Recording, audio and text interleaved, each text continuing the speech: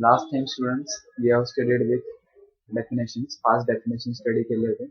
त्याच्यानंतर definitions कोणते ते आपण फक्त बघणार आहे.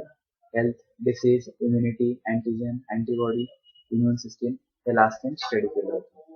आय होप याच्यामध्ये काही डाऊट नसणार आहे तुम्हाला. काही डाऊट असतील you can ask any time. त्याच्यानंतर आपण नेक्स्ट टॉपिक स्टार्ट करू, that is types of immunity. Types of immunity काय ते बघणार आहोत. आता नेक्स्ट स्लाइड कडे जाऊया आपण, that is types of immunity.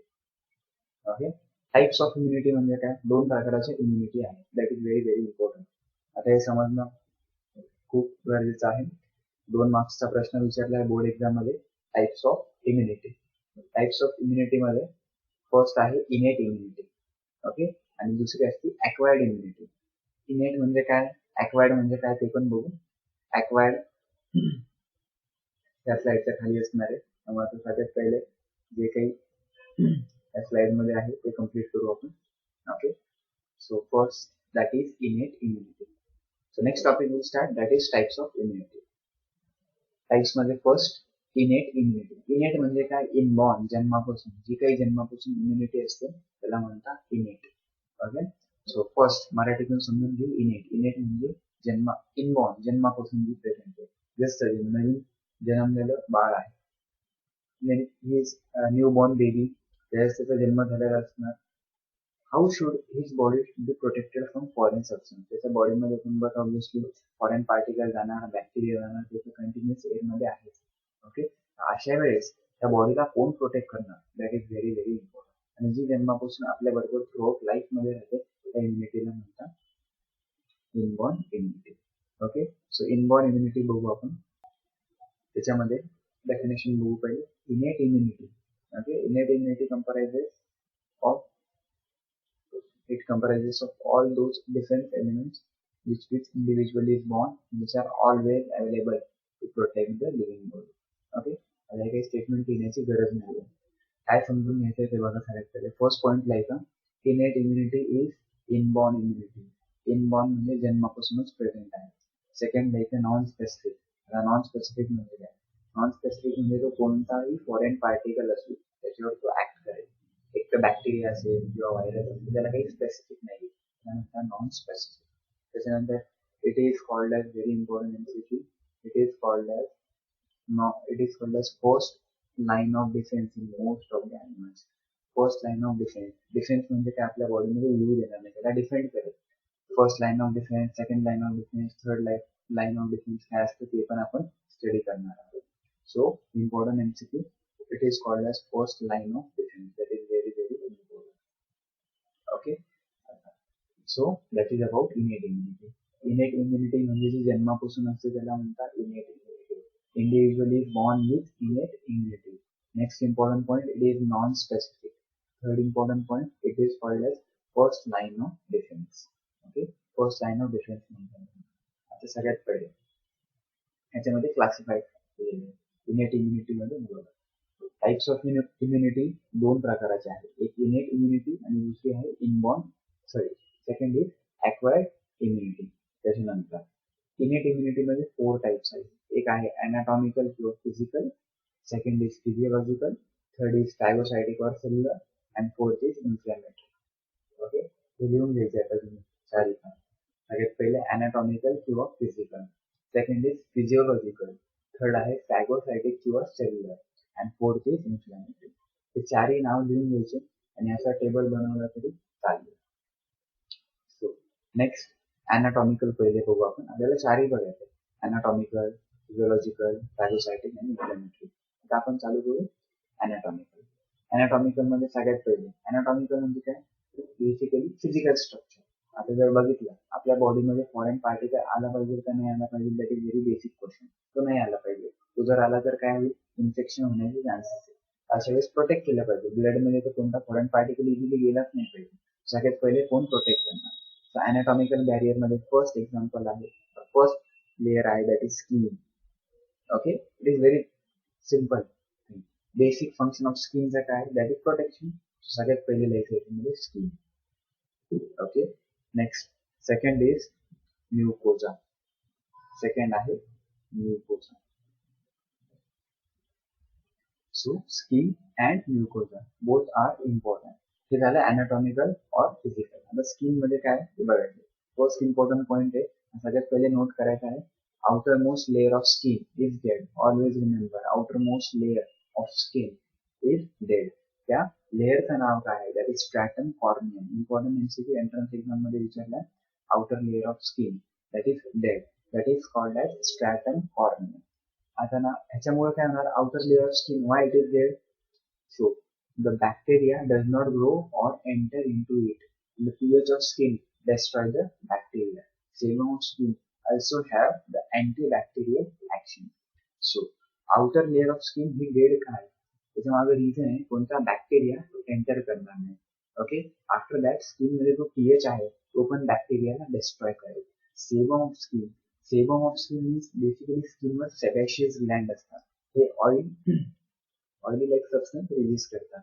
तर तुम्ही बघितलं असेल काही ठिकाणी काही बेसिकली कोणाला जर शेक हँड दिला किंवा काही जणांची स्किन खूप ऑइली असते. So what is that oily, the sebum of skin is present. So that is sebum. Sebum is nothing but oil.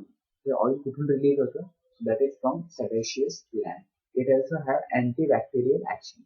Antibacterial action means कोणता bacteria skin वर आला so that is automatically killed just because of sebum. So that is important function of skin. Directly what this skin is doing? Skin काय करते? कोणताही foreign पार्टिकलला आत येऊ देत नाही. that is bacteria. आणि तो बॅक्टेरिया पूर्ण आत येण्याचा प्रयत्न जरी करत असेल आपली स्किन त्याला किल करायचे. How basically the pH of skin and the sebum of skin. So 3 points note करायचे आहे that is very very important. So first anatomical barriers. Anatomical barrier means basically that there is no entry. Anatomical barrier मध्ये first row to write skin. Skin मध्ये first point लिहायचं आहे outermost layer of skin is dead. त्या लेअरचं नाव आहे stratum corneum. त्या layer मुळे काय होणार bacteria do not enter or grow into the skin. And if bacteria is perfusing, if bacteria is perforating, bacteria येत जरी असेल तर काय होणार pH of skin destroys the bacteria. Also the sebum of skin has antibacterial action. So that is about skin. Okay, हे झालं protection. Next protection by the skin. Now second we have to start that is mucosa. आता mucosa काय असते ते बघू आपण. Food and air passages are line by the mucosa. Food म्हणजे आपली कोणती सिस्टम आहे डायजेस्टिव्ह सिस्टम. एअर म्हणजे रेस्पिरेटरी सिस्टम. हे दोन्ही systems that is line by the mucosa. Mucosa मध्ये काय असतं दॅट इज म्युकोजल सेल्स आणि cilia. Mucosa entraps the micro organism and cilia propels the microbes. Okay आता याचं मिनिंग काय डायजेस्टिव्ह सिस्टम आणि रेस्पिरेटरी सिस्टम. Digestive system मधून that is food is passing that will help the food to pass आणि respiratory system मधून air. So what will happen just assume तुम्ही जेवण करत असताना कोणता फॉरेन पार्टिकल जर तुमच्या माउथ मध्ये असेल सो म्युकोजल सेल्स आणि सिलिया काय करेल basically mucosal cells in the mouth. So mucosal cells काय करते त्या फॉरेन पार्टिकलला किल करण्याचा प्रयत्न करते. And after that respiratory system. Respiratory system मध्ये पार्ट आहे त्या पार्टचं नाव आहे ट्रॅकिया. ट्रॅकियाला म्हणतात विंड पाईप. त्याच्यामध्ये असतं सिलिया. सिलिया काय आहे शॉर्ट ड्रॉ करतो असे हेअर लाईक स्ट्रक्चर्स असतात. Okay these are hair like structures. छोटे छोटे hair like structures irregular असतात. Okay so hair like structures they are helping to clear or to entrap the microbes or foreign particles. जेवणाबरोबर किंवा air बरोबर तुमचे foreign particle जर आले त्यांना entrap करायचं काम that is done by this mucosa. Entrap म्हणजे पकडणे. म्युकोसा और cilia. So this is very very important. So mucosa तर फक्त 2 points you have to note it. Mucosa contains mucosal cells and cilia. They help to entrap the foreign particles. This is very very important for the mucosa. हे झाले anatomical. Anatomical means they are basically helping in the protection with the help of skin and mucosa. So the question are now types of immunity. सगळ्यात पहिले द्यायचं innate immunity आणि second is acquired immunity. त्याच्यानंतर innate immunity मध्ये हे 4 नावं घ्यायची anatomical, physiological, phagocytic आणि inflammatory. Okay innate immunity is first line of defense. First line म्हणजे जन्मापासून असणार. तुम्ही जर बघितलं लहान बाळ skin it is develop after that mucosa present. So this is first line of defence. I hope त्याच्यामध्ये काही डाऊट नसणार in the anatomical or physiological barriers. Next, the second bug आपण, that is we'll move to second slide, that is physiological barriers.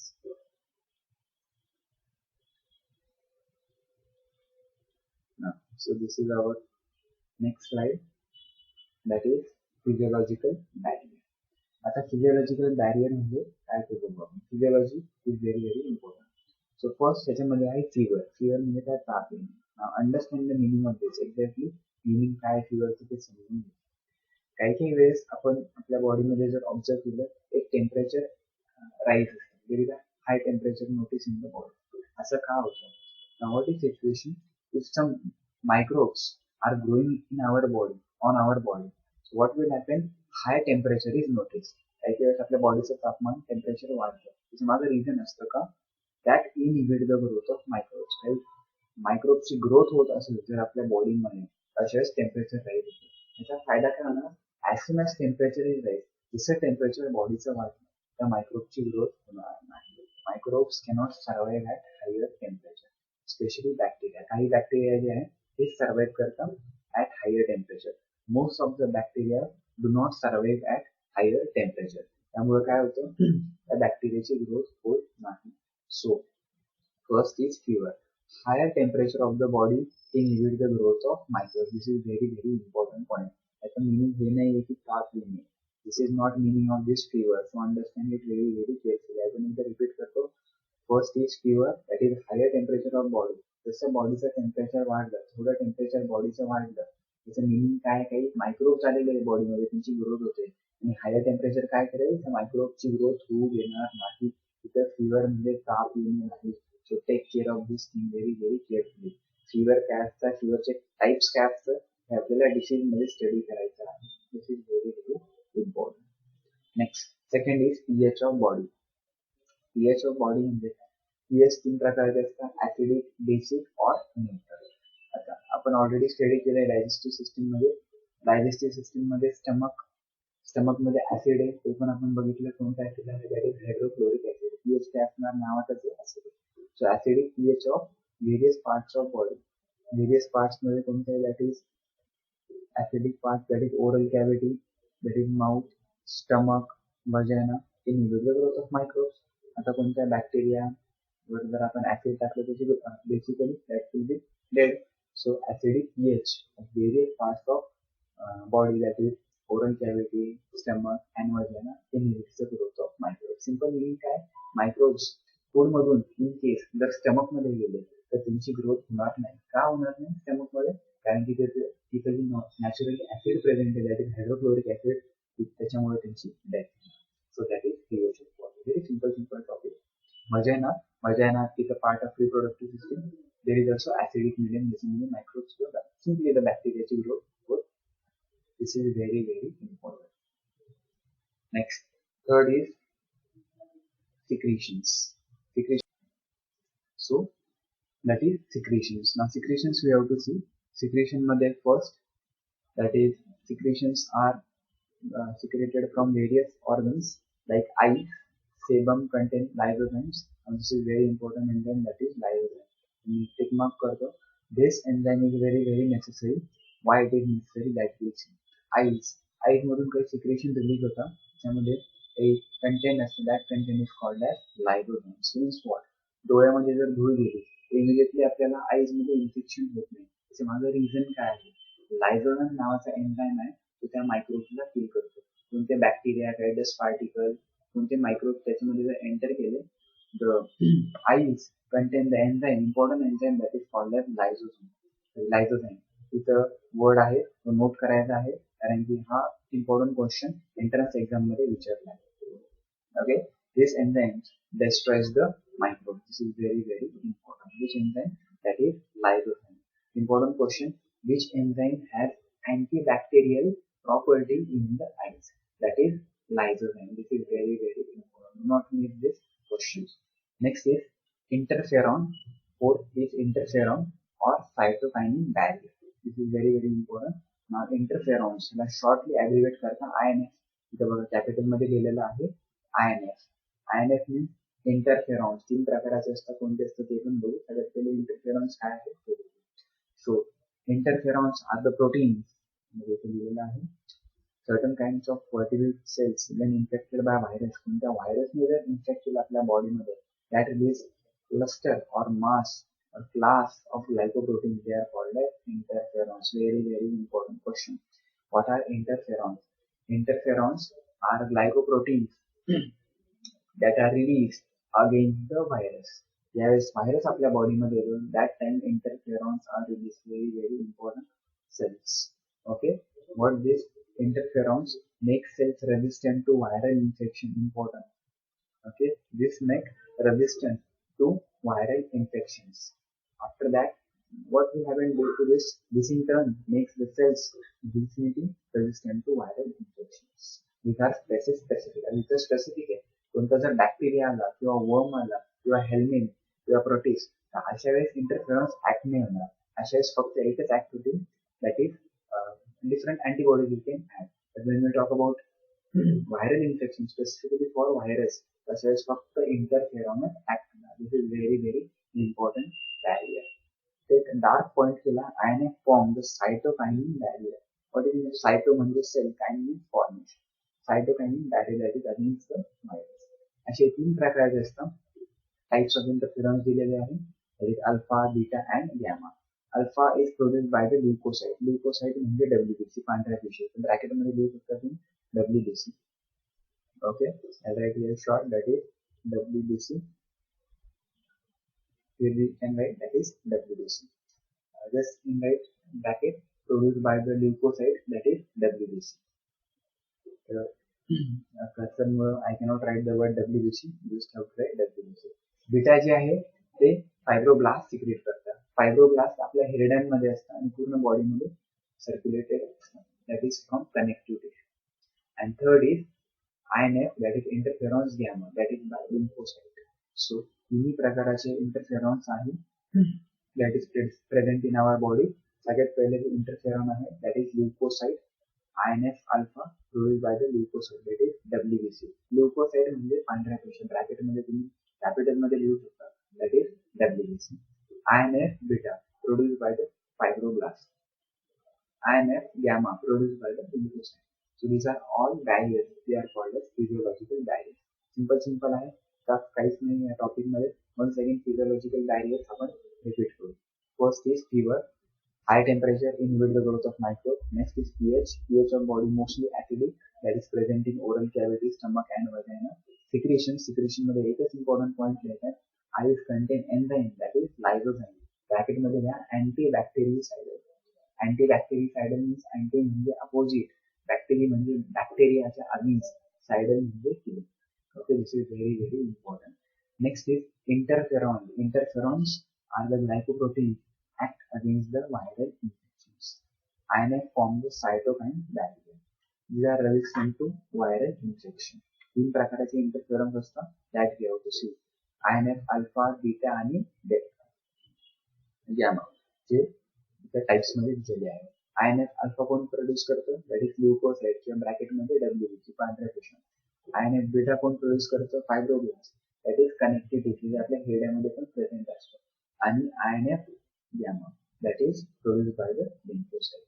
So 2 प्रकारचे barrier आज study केले आपण, that is anatomical barrier आणि physiological barrier. Next lecture मध्ये आपण phagocytic आणि inflammatory topic complete करणार आहोत. आज आपण नवीन टॉपिक स्टार्ट केला होता, त्याचं नाव आहे इनेट इम्युनिटी. इनेट इम्युनिटी म्हणजे जन्मापासून प्रेझेंट आहे. तुम्ही जर बघितलं तर आपल्या रेग्युलर बॉडीमध्ये अशी conditions this are daily running in the body. So types of immunity innate आणि ॲक्वायर्ड. आपण इनेटच स्टडी करत आहोत. इनेट मध्ये 4 बघितले आपण, अॅनाटॉमिकल, फिजियोलॉजिकल, फॅगोसाइटिक आणि इन्फ्लेमेटरी. त्याच्यामध्ये 2 topics we have studied more and more deeply, that is anatomical and physiological.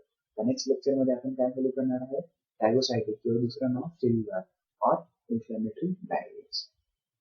So that is all about this anatomical आणि फिजियोलॉजिकल. बघा चार्ट कसे बनवले, याच्यामध्ये सेम टू सेम चार्ट तुम्हाला बनवायचे आहेत. तुमच्या स्टेट बोर्ड टेक्निक मध्ये असे चार्ट शक्यतो नसतील, आता नवीन टेक्निक मध्ये कसे अपडेटेड आहे ते तुम्ही बघा.